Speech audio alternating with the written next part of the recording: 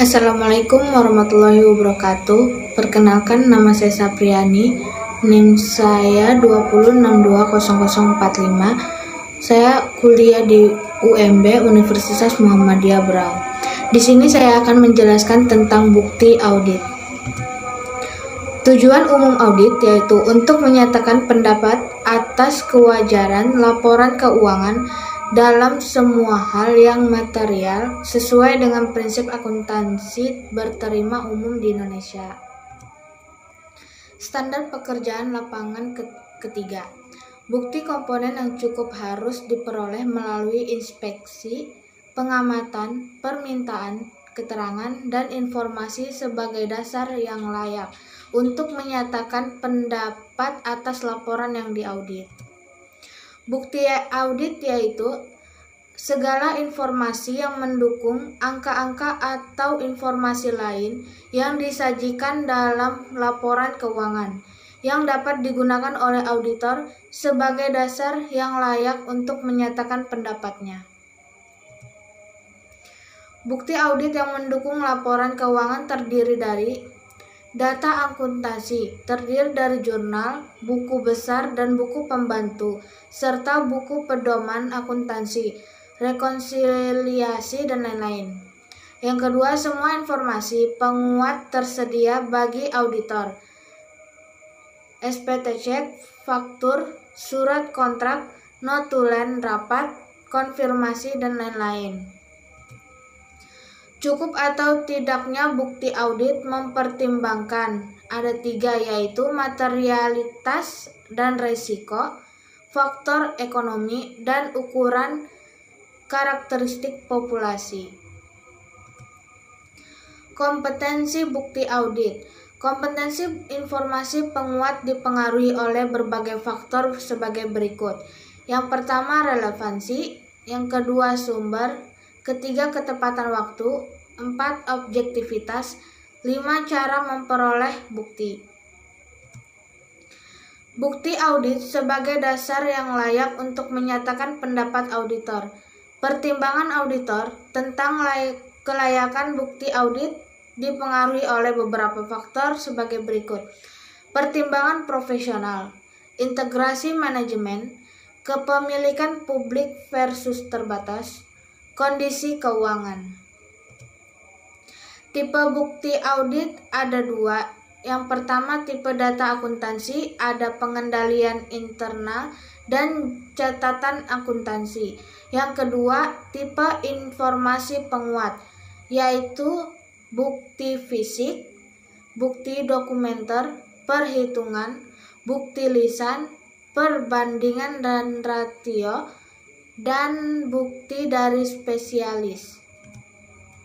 Dalam proses pengambilan bukti audit, auditor melakukan 4 pengambilan keputusan yang berkaitan, yaitu penentuan prosedur audit yang digunakan, penentuan besarnya sampel untuk prosedur audit tertentu, penentuan unsur tertentu yang harus dipilih dari populasi, penentuan waktu yang cocok untuk melaksanakan prosedur audit tersebut.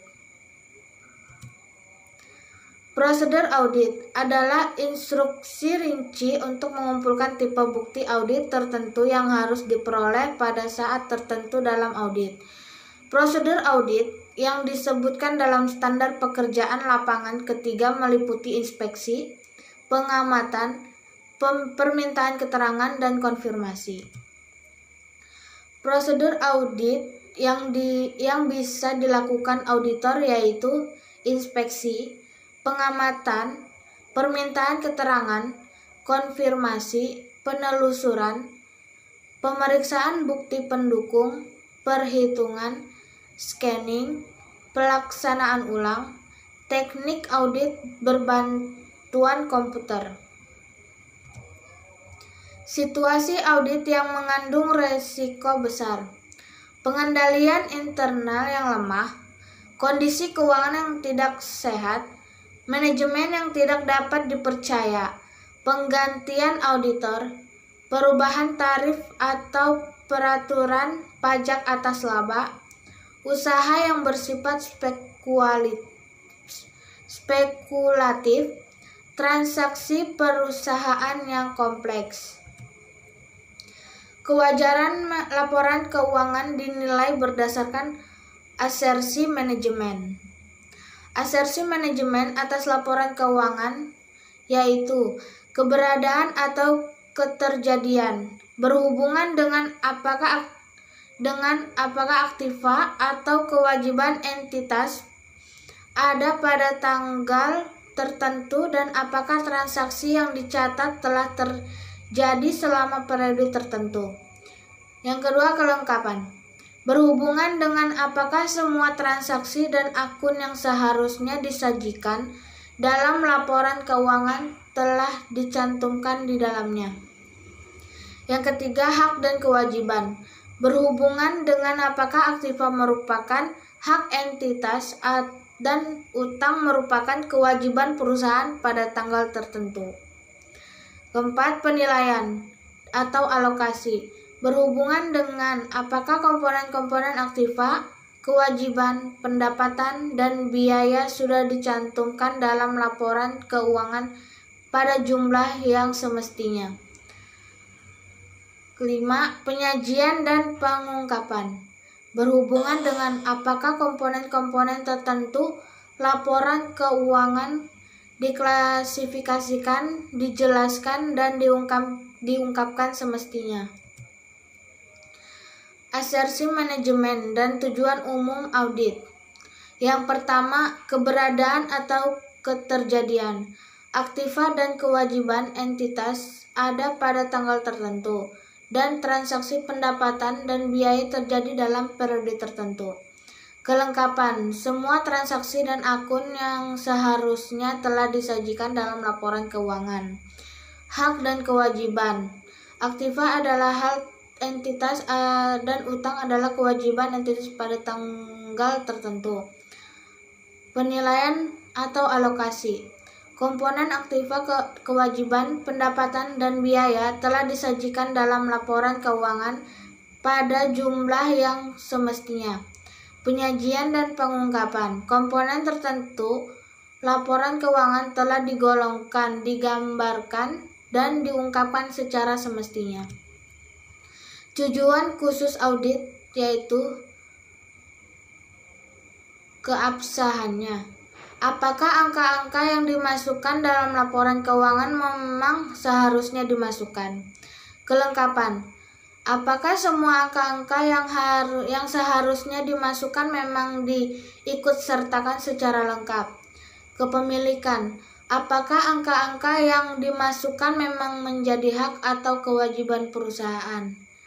Penilaian. Apakah angka-angka yang dimasukkan dinilai dengan pantas? Klasifikasi. Apakah setiap pos telah dimasukkan dalam perkiraan yang benar dan apakah perkiraan-perkiraan tersebut telah dimuat dengan pantas dalam laporan keuangan? Pisah batas. Apakah transaksi-transaksi telah dicatat dalam periode yang tepat? Akurasi mekanis. Apakah rincian dalam saldo perkiraan sesuai dengan angka-angka dalam buku besar tambahan, dijumlahkan dengan benar dan sesuai dengan jumlah dalam buku besar? Pengungkapan. Apakah semua perkiraan neraca dan laporan laba rugi serta informasi yang berkaitan telah disajikan dengan benar dalam laporan keuangan dan dijelaskan dengan pada dalam isi dan catatan kaki?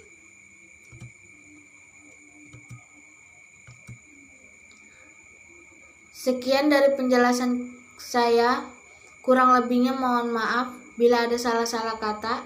Billahi taufiq wal hidayah. Wassalamualaikum warahmatullahi wabarakatuh.